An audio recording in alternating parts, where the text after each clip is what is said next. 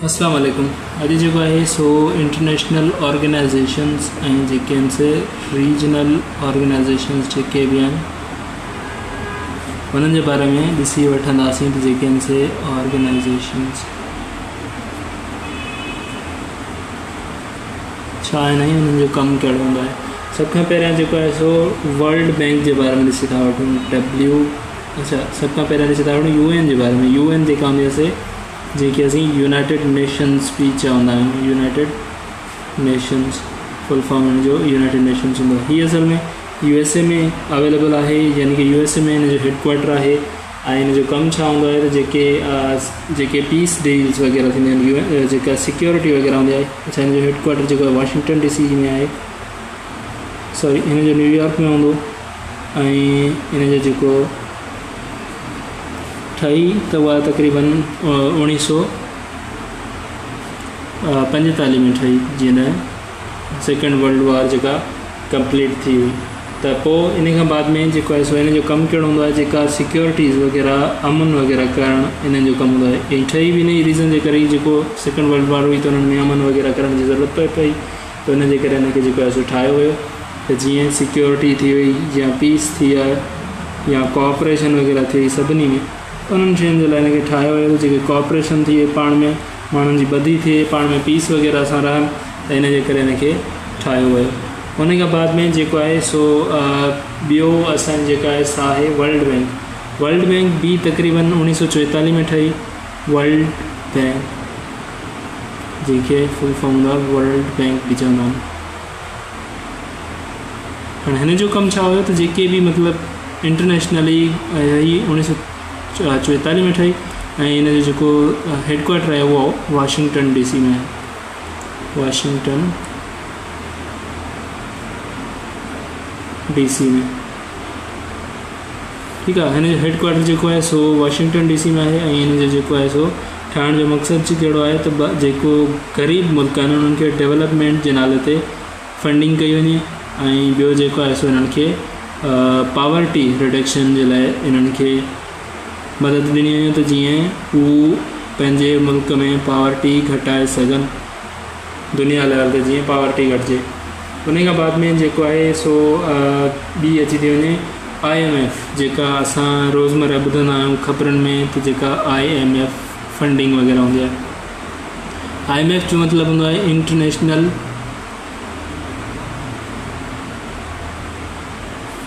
Monetary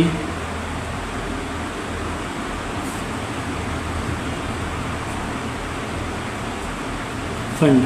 हाणे ही हिकिड़े क़िस्म जो फंड्स प्रोवाइड कंदी आहे जेके बि गवर्नमेंट्स वग़ैरह आहिनि, छाजे करे उन्हनि खे स्टेबिलिटी ॾियण जे लाइ, या जेका फाइनेंशियल सपोर्ट हिकिड़े क़िस्म जी हूंदी आहे, हीअ सिर्फ़ु गवर्नमेंट्स खे मिलंदी आहे जेका फाइनेंशियल सपोर्ट जी ज़रूरत में हूंदी आहे।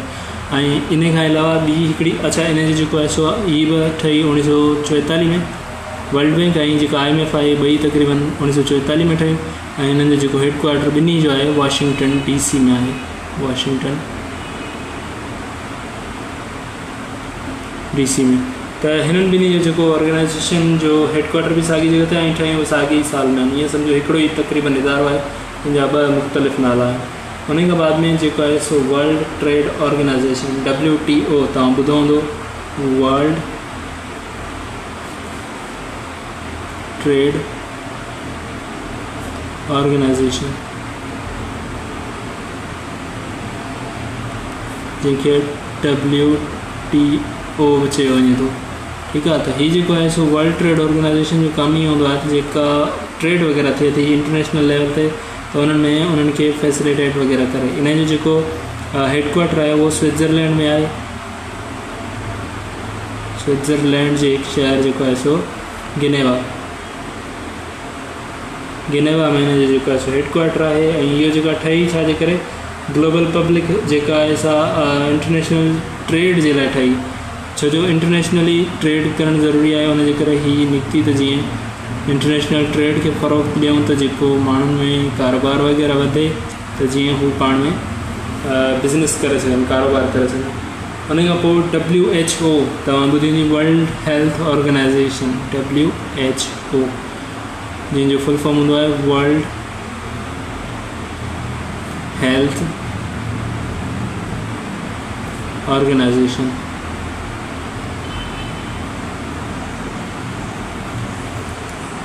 ही जगह है WHO वर्ल्ड हेल्थ ऑर्गेनाइजेशन 1948 में ठही।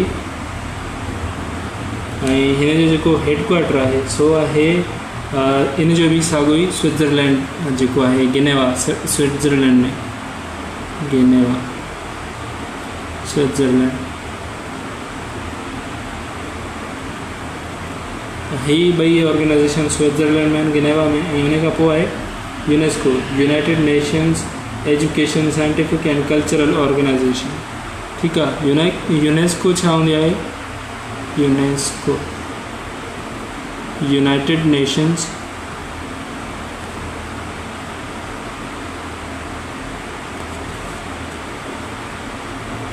एजुकेशन एंड साइंटिफिक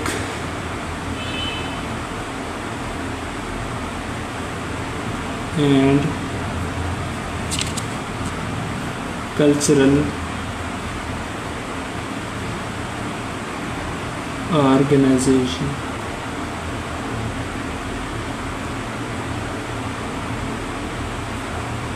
ये जगह है यूनेस्को सा भी तकरीबन जगह है 1945 में ठही। इन जो भी जो है सो हेडक्वार्टर जो सो न्यूयॉर्क पेरिस में है, फ्रांस में, पेरिस फ्रांस में जो समझो हेडक्वार्टर है। उन अलावा उन बाद में होंगी है अच्छा ही जो यूनेस्को होंगी है वह चिल्ड्रन डेवलपमेंट के लिए होंगी है united nations education and scientific cultural organisation. ठीक है। उन बाद में जो बी असांजी होंगी है सा इम्पोर्टेंट जो गाल करे वठूं तो इंटरनेशनल लेबर ऑर्गेनाइजेशन जिनके ILO चयो वेंदो आहे, यानी कि इंटरनेशनल लेबर ऑर्गेनाइजेशन।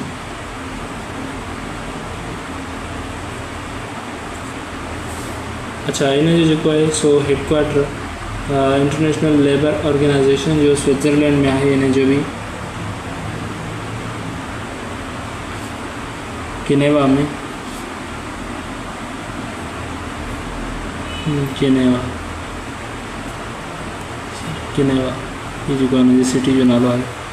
उन बाद में ही जगह है सा 1919 में ठही। जो मकसद ये तो लेबर स्टैंडर्ड्स वगैरह जो भी मानून के हुकूक जो मजदूर हैं उन्होंने हुकूक के बारे में थोड़ो कम वगैरह किया वे, जो इंटरनेशनली कुछ इंसानियत के बारे में सोचो वे उन पर कम किया वे। बी हिकिड़ी ऑर्गेनाइजेशन होंगी है इंटरनेशनल एटॉमिक एनर्जी अथॉरिटी।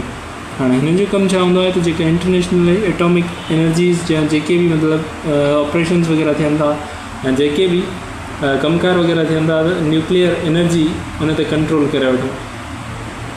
जी सो इन जो फुल फॉर्म छा होंदो है international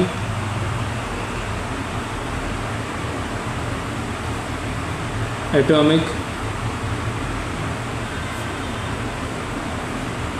energy agency. International atomic energy agency जो फुल फॉर्म होंदो है जिनजो मकसद ये होंदो है जो भी इंटरनेशनली जो न्यूक्लियर वेपन्स वगैरह ठहन था तो उन्होंने कंट्रोल किया वञे तो जी मुल्क में न्यूक्लियर हथियार न ठही सघन तो जी दुनिया में जो भी न्यूक्लियर हथियार वगैरह ठहन था तो उन्होंने निगरानी वगैरह कई वञे तो जी किथे दुनिया में किथे का न्यूक्लियर वार न थी वञे या का इंटरनेशनल को दुनिया के अड़ो ख़तरो न थी वञे। अच्छा इन जो हेडक्वार्टर है इंटरनेशनल एटॉमिक एनर्जी एजेंसी जो वो वीना ऑस्ट्रिया ॿुधो उन में है, ऑस्ट्रिया के शहर वीना में। यह जगह ठही वह 1957 में ठही। तो जी इंटरनेशनली जो पीस आई या न्यूक्लियर एनर्जी है उनके कंट्रोल करे सकें। उनके ICC हिकिड़ी हूंदी आहे इंटरनेशनल क्रिकेट काउंसिल ऐं ॿी हूंदी आहे इंटरनेशनल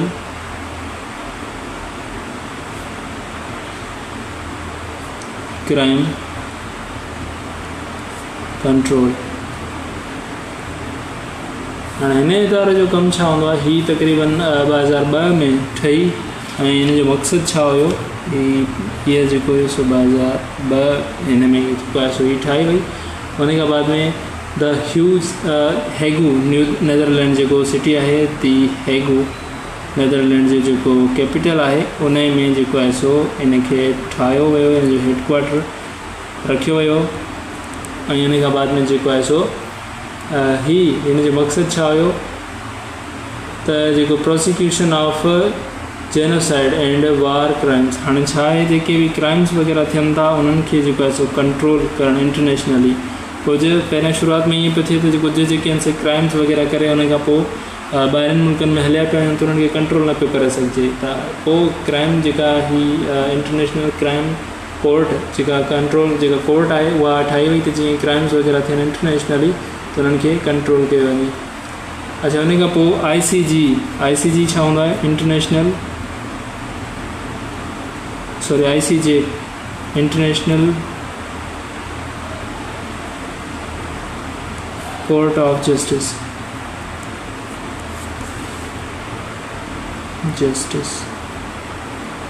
हिन जो कमु छा हूंदो आहे, जेके इंटरनेशनली मसइला वग़ैरह थियनि था त उन्हनि खे मसइलनि खे उजागर कयो वञे ऐं मुल्कनि में जिते पाण में मसइला वग़ैरह थियनि था, मसइलनि जे करे पाकिस्तान में कोई जंग वग़ैरह थी पई या को मसइलो ॿिन्ही मुल्कनि जे विच में थी पियो त उन्हनि में इंटरनेशनली जेका कोर्ट हूंदी आहे उहा ईअं सम्झो त इंटरनेशनल कोर्ट ऑफ जस्टिस हूंदी आहे जेका नेदरलैंड हेगू में आहे। नेदरलैंड जो जेको कैपिटल आहे दी हेगू, उते उन जो जेको आहे सो हेडक्वार्टर आहे। उन खां बाद में ॿियो जेको आहे इम्पोर्टेंट इंटरनेशनल ऑर्गेनाइजेशन आहे सा आहे, अच्छा हिन जो कमु छा हूंदो आहे, जेकी मतिलबु इंटरनेशनली जीअं ॻाल्हि कईसीं त उन्हनि खे जस्टिस वग़ैरह प्रोवाइड करणु, उन्हनि खे डिस्प्यूट वग़ैरह मसइला हल करणु। अच्छा, उन्हनि खे बाद में जेको ICRC international red cross and crescent movement, हिन जो छा मक़सदु हूंदो आहे, हिन जो जेको हेडक्वार्टर आहे सो छा आहे, हिन जो जेको international ICRC international red crescents international red crescents, अच्छा international red cross and red crescents, red cross and red क्रेसेंट्स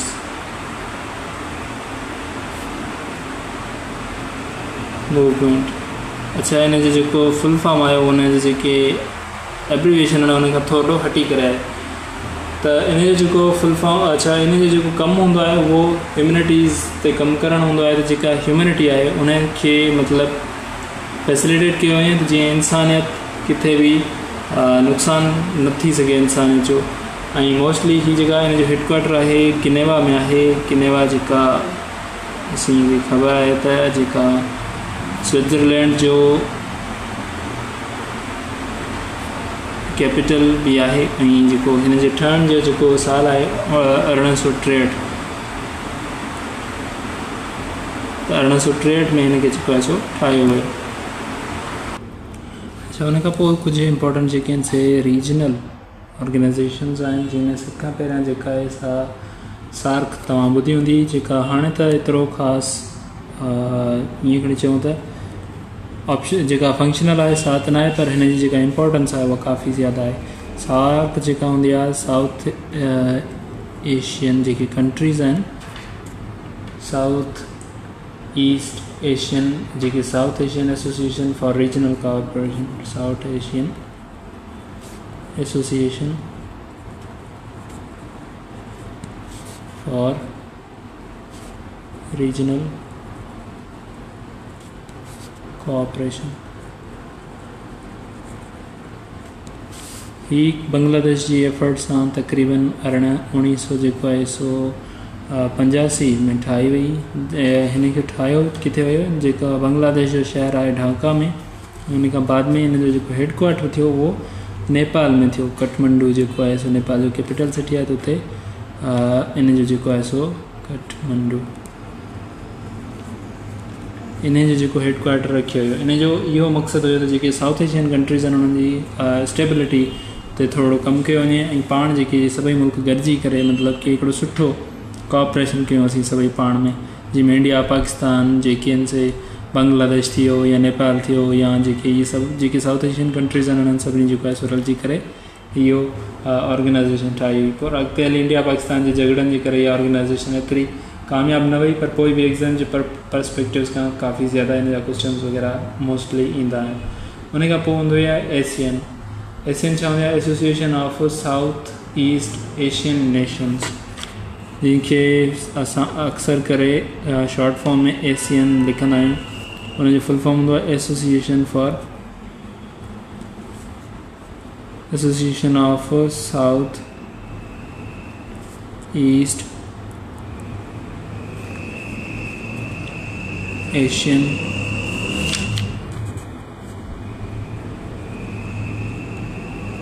Nations.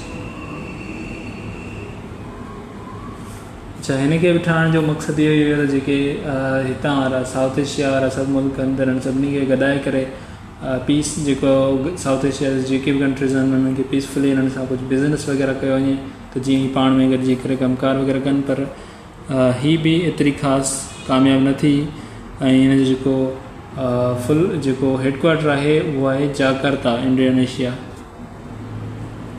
Indonesia में हिन जो हेडक्वार्टर आहे। ऐं ही तक़रीबन 1967 में ठही। पाकिस्तान जो मेंबर कोन्हे, उनजे करे ही पाकिस्तान सां रिलेटेड एतिरी ख़ासि इंपॉर्टेंस नथी रखे। उन खां बाद में यूरोपीय यूनियन आहे। यूरोपीय यूनियन में तक़रीबन जेके आहिनि से 29 मुल्क आहिनि। 29 खां 31 मुल्क जेके यूरोपीय यूनियन में अची था वञनि, जेके जंहिंजो हेडक्वार्टर हो बेलारूस, तव्हां ॿुधो हूंदो, जंहिंजे शहर बेलारूस न ब्रुसेल जेको आहे so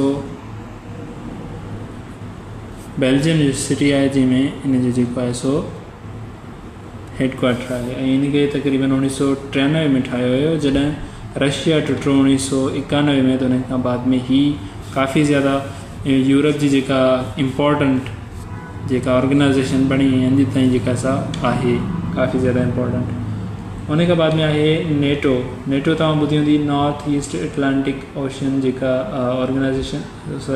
north Atlantic treaty organisation, जंहिंखे असीं नेटो जे नाले सां ॿुधंदा आहियूं। ही छा आहे? हिकिड़ी अमेरिका जी जेका हिकिड़ी एजेंसी ठाही वई, नॉर्थ अटलांटिक ट्रीटी, ऐं इन खां पोइ ऑर्गेनाइज़ेशन।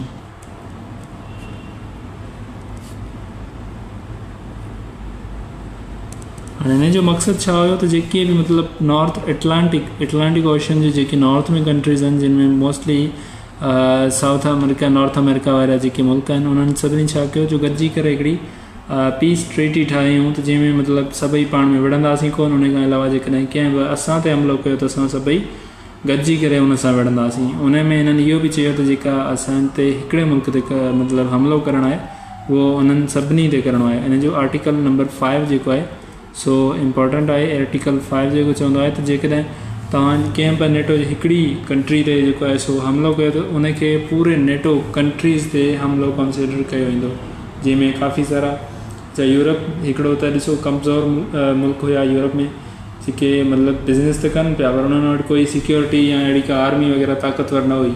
पोइ अमेरिका जी हिन ट्रीटी में सभई अॻिते हली जेको आहे सो जुड़ंदा हुया, त जीअं हू मतिलबु पंहिंजनि मुल्कनि खे सिक्योर करे सघनि। इहा ठाहिणी जेका आहे सा 1949 में सेकेंड वर्ल्ड वार खां बाद में अमेरिका वारनि ठाही, जंहिंमें यूरोप ऐं नॉर्थ अमेरिका ॿई जेके आहिनि से गॾिजी करे मतिलबु हिक ॿिए जी सिक्योरिटी ऐं अमन वग़ैरह जे लाइ कमु करनि पिया। उन खां बाद में ॿी हिकिड़ी आहे अफ्रीकन यूनियन एतिरी इम्पोर्टेंट न आहे, पर पोइ बि कॾहिं कॾहिं हिन जा जेके आहिनि से क्वेश्चन्स वग़ैरह अची वेंदा आहिनि। अफ्रीकन यूनियन जेका आहे सा इन जो हेडक्वार्टर एडिस अबाबा जेको इथियोपिया जो सिटी आहे एडिस अबाबा जेको इथियोपिया जो हेडक्वार्टर कैपिटल आहे हिन जी स्पेलिंग वग़ैरह ॾिसी वठो ऐं हीअ तक़रीबन 2002 में ठही जेके हिन चयो त जेके अफ्रीकन कंट्रीज़ आहिनि उन्हनि जी पाण में यूनियन वग़ैरह ठाहियूं पोइ इन्हनि जे करे पंहिंजी जेका असां हिकिड़ी यूनियन ठाही उन खां बाद में ॿी हिकिड़ी ऑर्गेनाइज़ेशन आहे OIC जेका तव्हां ॿुधी हूंदी ऑर्गेनाइज़ेशन ऑफ इस्लामिक कंट्रीज़ जेका कोऑपरेशन हूंदी आहे ऑर्गेनाइज़ेशन ऑफ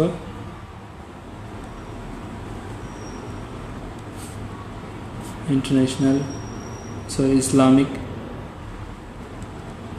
कोऑपरेशन यानी कि हिन में जेको आहे सो इस्लामिक कंट्रीज़ जेके बि हुयूं पाण में उन्हनि हिकिड़ी कोऑपरेशन कई त पाण में असां ॿधी सां रहंदासीं जेको आहे सो इन्हनि जो जेको हेडक्वार्टर आहे सो जिद्दा सऊदी अरबिया में आहे ऐं हीअ जेका ठही सा 1959 में ठाही हुई इन खे जेको आहे सो ठाहियो वियो उन खां बाद में हिकिड़ी ॿी आहे गल्फ कोऑपरेशन काउंसिल जंहिंखे GCC बि कंसिडर कयो वेंदो आहे गल्फ जेका कोऑपरेशन काउंसिल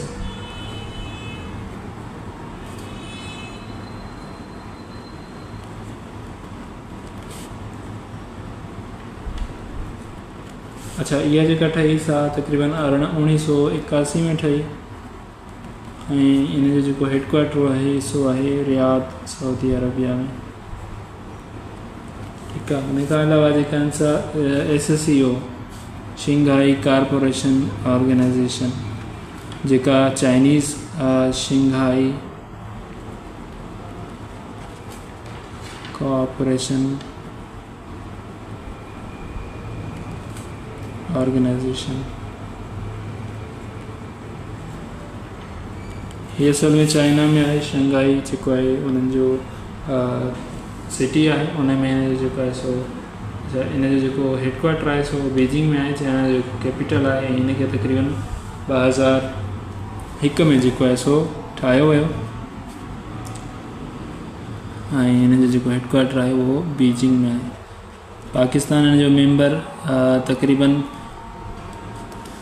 2017 में हिन जो मेंबर बणियो उन खां बाद में इंडिया बि 19 साल जेको आहे सो उन जी जेका आहे पार्टिसिपेशन कई इन ऑर्गेनाइज़ेशन में जॉइन कयो पाए इंडिया बि उन खां पोइ अरब लीग हिकिड़ो इम्पोर्टेंट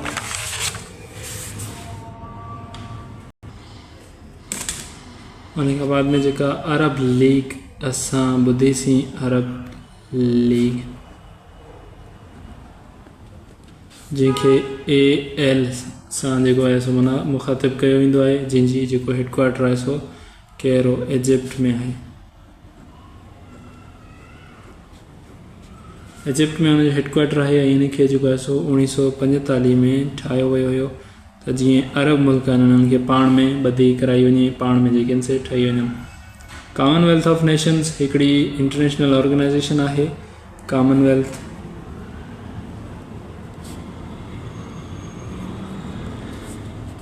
ऑफ नेशंस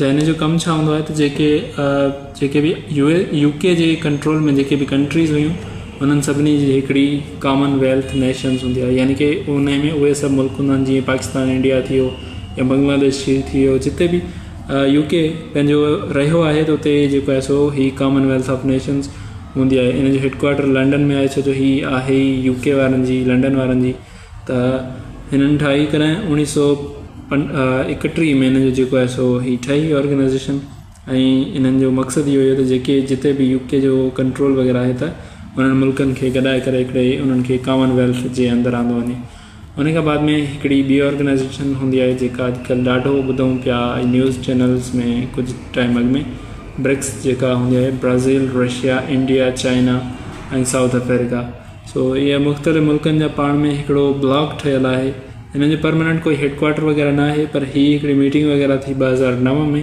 जंहिंजे नतीजे में हीअ ऑर्गेनाइज़ेशन हुननि चयो त असां पाण में हिकिड़ो इतिहाद पैदा था कयूं जेका इमर्जिंग इकोनॉमीज़ असांजो आहिनि उन्हनि सभिनी खे जेको आहे सो कंट्रोल वग़ैरह कंदी उन्हनि खां बाद में हिकिड़ी G7 तव्हां ॿुधी हूंदी ऑर्गेनाइज़ेशन। G7 जो मक़सदु छा हूंदो आहे? Group of 7।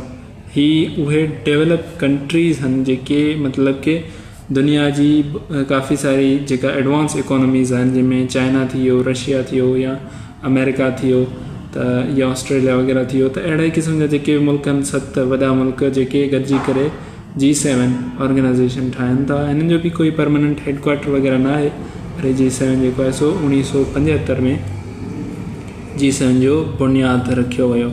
त जीअं पाण में जेको एमर्जिंग इकोनॉमीज़ आहिनि, मतिलबु एडवांस्ड इकोनॉमीज़ जेके बि आहिनि, उन्हनि खे जेको आहे सो पाण में कोऑपरेशन वग़ैरह थिए। उन खां पोइ ग्रुप ऑफ 20 G20 में जेको आहे सो ग्रुप ऑफ 20 20 मुल्कनि जो हिकिड़ो इतिहाद जेको मतिलबु गॾिजी करे कमु कनि पिया मुख़्तलिफ़ शयुनि ते, जंहिंमें ख़ासि करे मेजर इकोनॉमी जेके चैलेंजिस वग़ैरह थियनि पिया उन्हनि ते कमु कनि पिया। ऐं हिननि जो बि कोई परमानेंट हेडक्वार्टर किथे बि कोन्हे। ऐं हिन जो जेको ठहण जो टाइम आहे उहो 1999 आहे। ठीकु आहे। ही कुझु ऑर्गेनाइज़ेशन्स आहिनि जिन में इंटरनेशनल ऐं रीजनल ऑर्गेनाइज़ेशन अची वियूं थियूं। बाक़ी जेके बि ऑर्गेनाइज़ेशन बचनि थियूं उहे इनशाला नोट्स में तव्हांखे जेको आहे सो सभु मोकिलियां थो। बाक़ी टेस्ट जी तयारी करे वठो। इनशाला सुभाणे जेका वीकली टेस्ट 3 हूंदी कंडक्ट करे वठंदासीं। तेसीं ताईं ॾींदा इजाज़त। अल्लाह हाफ़िज़।